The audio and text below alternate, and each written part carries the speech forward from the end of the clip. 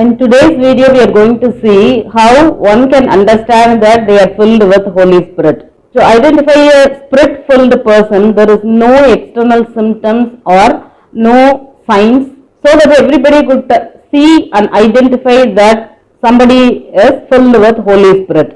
But most of us wrongly identifying wrong spirits and thought that those people are filled with Holy Spirit. हम कैसे समझ सकते हैं कि मुझे पवित्र आत्मा मिला है? आत्मा से भरे व्यक्ति की पहचान करने के लिए कोई बाहरी लक्षण नहीं होते या कोई बाहरी चिन्ह नहीं है, ताकि हर कोई देख सके और पहचान सके कि कोई व्यक्ति पवित्र आत्मा से भरा हुआ है। लेकिन हम में से अधिकांश लोग गलत आत्माओं को गलत तरीके से पहचानते हैं और सोचते हैं कि लोग पवित्र आत्मा से भरे हुए हैं। For example, people thought that anybody who performed a magic, miracle and extraordinary things in the stage are filled with the Holy Spirit. What they think is correct, they are filled with Spirit but not Holy Spirit. It is a common practice that people mistook clapping hands, dancing and falling down are the signs of Holy Spirit. But sadly, it is not. In the Bible also, you cannot find anyone doing this after receiving a Holy Spirit. उदाहरण के लिए लोगों ने सोचा कि जो कोई भी चमत्कार, जादू और अलौकिक चीजें मंच पर करता है वो पवित्र आत्मा से भर जाता है। वे जो सोचते हैं वो सही है, वे आत्मा से भरे हुए हैं लेकिन पवित्र आत्मा से नहीं। यह एक आम बात है कि लोग ताली बजाना, नाचना और गिरना समझ लेते हैं, ये पवित्र आत्मा के विशिष्ट लक्षण हैं। लेकिन दुख की बात है कि ऐसा नहीं है। बाइबल में भी आप किसी को नहीं पा सकते हैं पवित्र आत्मा को प्राप्त करने के बाद इन गतिविधियों को किया। Then how can we identify that one truly baptized with the Holy Spirit? So in the Bible it is given clearly that you can identify any such person through their fruit, that is by their character. If a person truly baptized with the Holy Spirit, the Bible says the old man has already died with them and now who lives is a new creation. So that you can see a transformation in their character.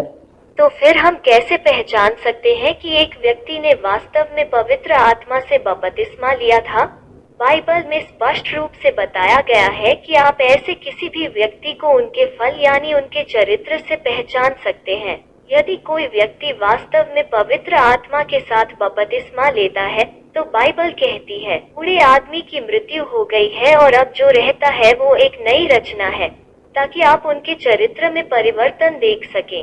Not only a close relatives, but anybody who contacts with this transformed person would identify the transformation within them. Everyone who come across with this spirit-filled person would understand the difference, identify something special within them. न केवल एक करीबी रिश्तेदार बल्कि कोई भी जो इस रूपांतरित व्यक्ति से संपर्क करता है वो उस परिवर्तन को अपने साथ पहचान सकता है।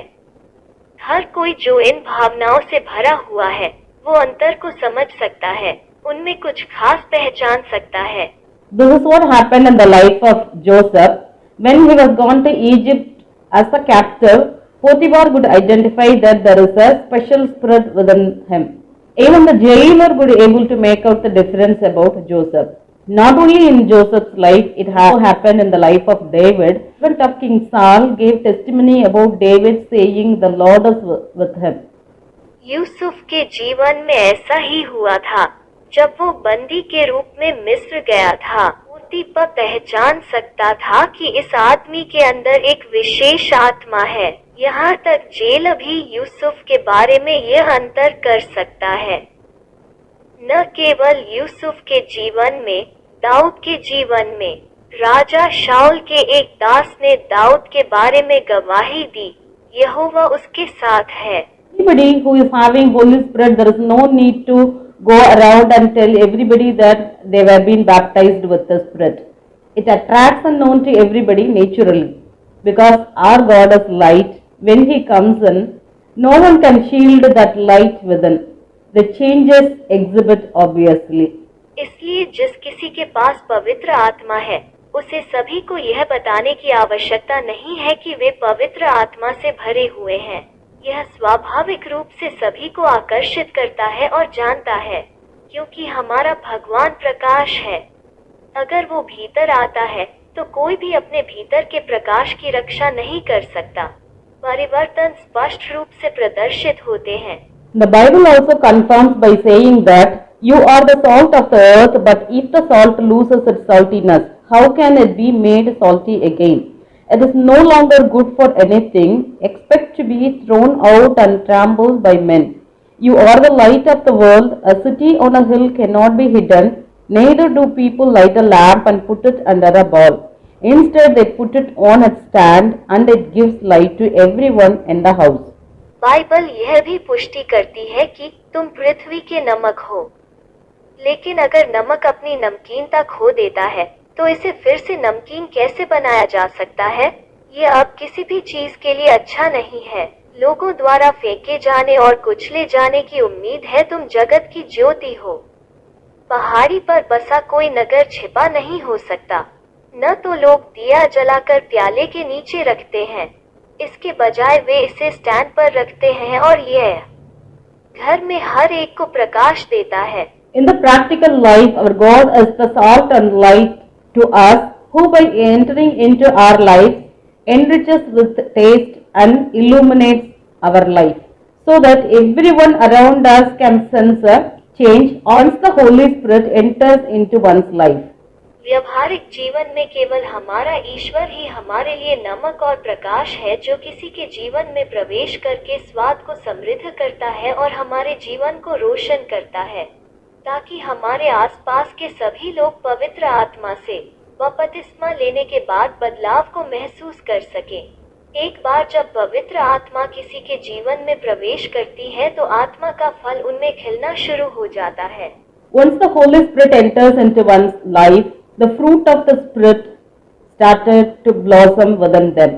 That is, love, joy, peace, patience, kindness, goodness, faithfulness, gentleness, and self-control. All these qualities started growing within oneself who are baptized with the Holy Spirit. एक बार जब पवित्र आत्मा किसी के जीवन में प्रवेश करती है तो आत्मा का फल उनमें खिलना शुरू हो जाता है। वो है प्रेम, आनंद, शांति, धैर्य, दया, भलाई, विश्वास, नम्रता और आत्मसंयम। ये सभी गुण अपने आप में बढ़ने लगे जो सभी आत्मा से बपतिस्मा लेते हैं। The bad habits like sexual immorality, impurity and debauchery, idolatry and witchcraft, hatred, discord, jealousy, fits of rage, selfishness, ambitions, dissensions, factions, envy, drunkenness, orgies and the like, or tend to cease after they baptized with the Holy Spirit. यौन अनैतिकता, अशुद्धता और व्यभिचार, मूर्ति पूजा और जादू टोना, घृणा, कलह, ईर्ष्या, क्रोध के दौरे, स्वार्थी महत्वाकांक्षा, मतभेद, गुट और ईर्ष्या, नशे, तांडव और इस तरह की बुरी आदतें बपतिस्मा के साथ समाप्त हो जाती हैं। So it is easy to identify a spirit-filled person. The Bible says by their fruit you can identify them. Do people pick grapes from thorn bushes or figs from thistles? Likewise, every good tree bears good fruit, but a bad tree bears bad fruit. A good tree cannot bear bad fruit, and a bad tree cannot bear good fruit. Thus, by their fruit you will recognize them. So, check yourself to identify whether you are having the fruit of the Spirit within. If so, you are baptized with the Spirit. May God bless you till we meet again. इसलिए आत्मा से भरे व्यक्ति की पहचान करना आसान है। बाइबल कहती है, उनके फल से तुम उन्हें पहचानोगे। क्या लोग कंटीली झाड़ियों से अंगूर या अंजीर से अंजीर तोड़ते हैं? इसी तरह हर अच्छा पेड़ अच्छा फल देता है, लेकिन एक बुरा पेड़ बुरा फल देता है।